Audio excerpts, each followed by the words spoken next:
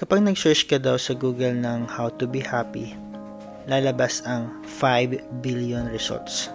Yes, 5 billion. Tapos minsan hirap pa tayong hanapin kung paano maging masaya. Bakit nga ba? Isa lang din ang pumasok sa isip ko. Baka nakakalimutan natin mag-enjoy. Today, we are doing different. Wow, maka-different naman. Kala mo kung anong gagawin. Hindi. First time kasi namin ang kasamahan ko na mai-experience ang maka-attend ng isang German party. Bilang hirap na hirap kasi kami magsalita ng language nila. Yung anxiety namin kapag malalim na ang usapan. Naku! Hindi na kami makapag-express ng gusto namin sabihin. Pero dahil gusto namin mag-enjoy today, lalaban tayo, be. Lalabanan natin ang hiya at takot. Char. Samahan nyo kami, ha?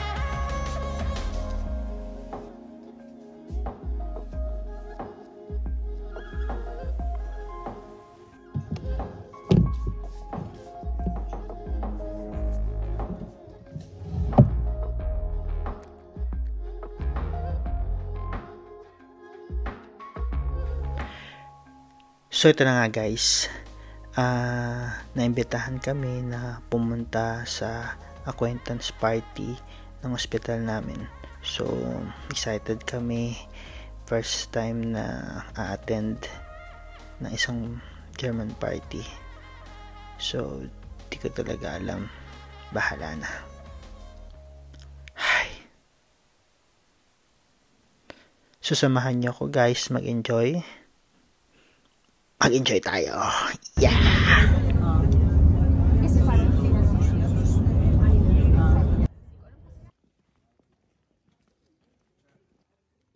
Video mo eh.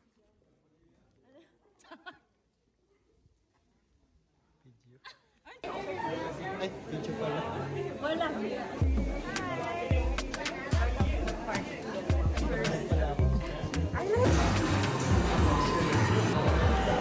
Hindi raw naniniwala sa hangover ang mga German dahil meron silang standard na components or certain ingredients sa beer nila na hindi nakaka-hangover. Sana all. Sige, tignan nga natin kung hindi kami magpapatuka ng pato mamaya after uminom. Tulad natin na sa Pilipinas, merong Christmas party. Meron din kami rito ang company's night yearly. Ito ang gabi ng sayawan, tawanan, kainan, inuman, chismisan, at pagkakaibigan. Yung mga minsan nakikita mo lang sa koridor at kabatian. Ngayon, pwede mo ng kainuman at kasayawan. Siyempre, masarap dito ay yung handaan, buffet. Feeling ko nga, kinonsider nila yung mga foreigner katulad namin na kakain. Kasi karamihan sa handa pork and chicken. Tapos may rice pa. Mahilig din kasi ang mga lokal ng vegetable salad at ang kanilang carbohydrates ay bread and potatoes. Tapos dahil malamig, masarap syempre ang wine and beer.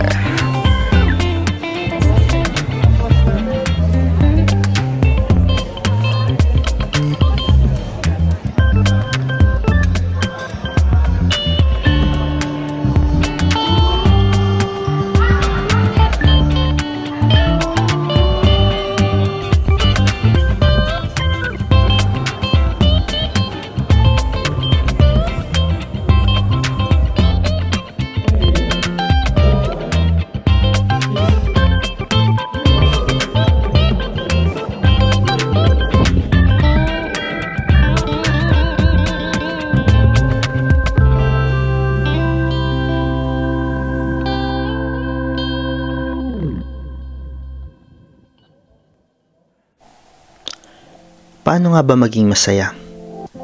Kailan ka huling nag-enjoy sa ganap mo sa buhay? Sabi sa pag-aaral, ang pagkuha ng long-term goal at short-term pleasures ay parehong may malaking epekto sa buhay ng tao, particularly kung paano niya i-enjoy ang buhay. Madalas mang nagiging dahilan ng lungkot at frustration ng tao ang mabagal at malayo pa sa katotohanan na long-term goals. Pero okay lang yun. Kung gusto mo kasi talagang i-pursue yun, bakit hindi? May kanya-kanya naman tayong pace sa buhay. Ibig sabihin, kung hindi pa nangyayari yung long-term plans mo, baka hindi pa para sa'yo. At syempre, hindi rin naman binabaliwala ang short-term goals mo na nagiging rason mo kung bakit ka gumigising sa umaga. Pareho lang daw silang may halaga pagdating sa paghahanap natin ng saya at enjoyment sa buhay. Minsan kasi, pwede kang maging masaya lang pero hindi ka nag-enjoy sa moment. Does that make sense? I guess. Halimbawa, masaya ka sa idea na nasa beach ka. Namili ka pa nga ng swimsuit, diba? Pero hindi ka nag-enjoy maligo talaga sa tubig. Gusto mo lang maglakad-lakad siguro sa beach at mag-isip-isip habang nakatapak sa buhangin. Masaya ka na dun. Pero hindi ka nag-enjoy maligo sa tubig kasi natatakot ka siguro sa alon, sa ilalim ng tubig, o baka takot ka na malunod sa alon.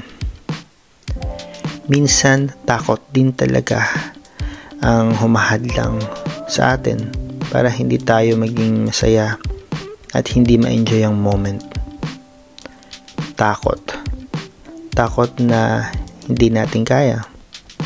Takot na mapag-iwanan.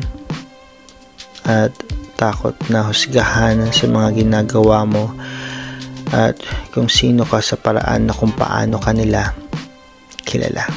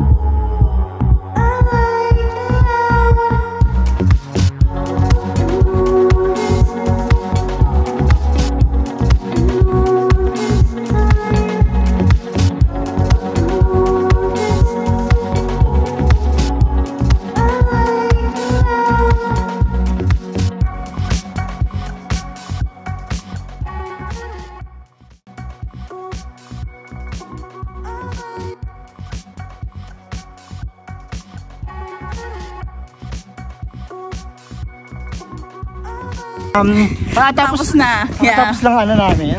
Busog na busog ako. Ano ba to? Acquaintance party. Parang yearly employees party. So yun. Enjoy ba kayo guys? Marami akong kinain, nabusog ako.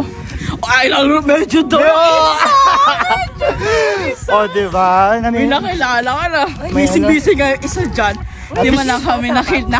May kapangyarihan yung slit niya. Kaya nga, nadala sa slit. See you Baka pag guys. ganyan nga next year. Bye-bye. Bye na kayo. Bye!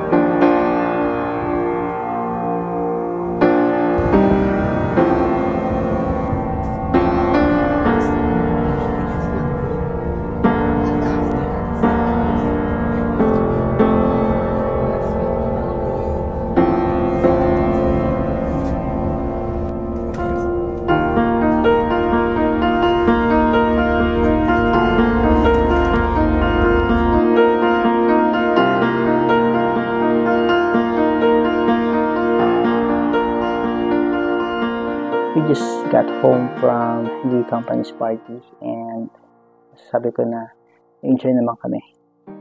Yun, sumayaw, may mga nakilala kami na ibang mga lahi or mga Mexican. And ang sarap sa pakiramdam na importante talaga na mag-socialize ka. Importante na kahit pa paano kilalanin mo yung mga tao na nasa paligid mo. And yung exchange ng culture, mas potentially mas mag-grow ka as a person kasi ma-expose ka to diversified environment. Yun, masaya lang. Sana hindi ito yung first lang at may mga susunod pa. Bilang mga tao, nakakalimutan natin mag-enjoy minsan. Sobrang busy natin sa mga ganap natin sa buhay, trabaho, pamilya, friends, mga racket, mga hobbies. Mga pagkakataon na nakakalimutan natin na mag-enjoy. Enjoy lang. Tipong hindi mo iisipin yung mga bagay-bagay na makakasira ng moment or sabihin natin problema. At least kahit pa paano naisang tabi natin yung problema. Parang ano lang yan, treat mo lang sa sarili mo kasi you did a good job this past few weeks. Parang siguro ang right word is how to manage work-life balance. Pero sa totoo naman, mahirap naman talaga. Bilang isang OFW, alam natin yan na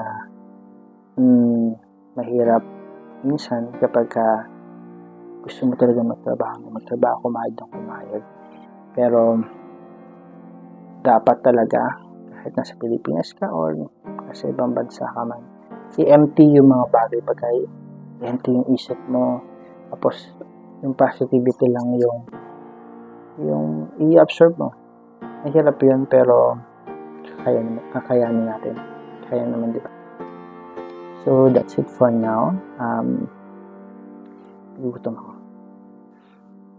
So that's it for now. Medyo nagugutom ako. Kain mo na. And then, maliligo. So, see you on my next video.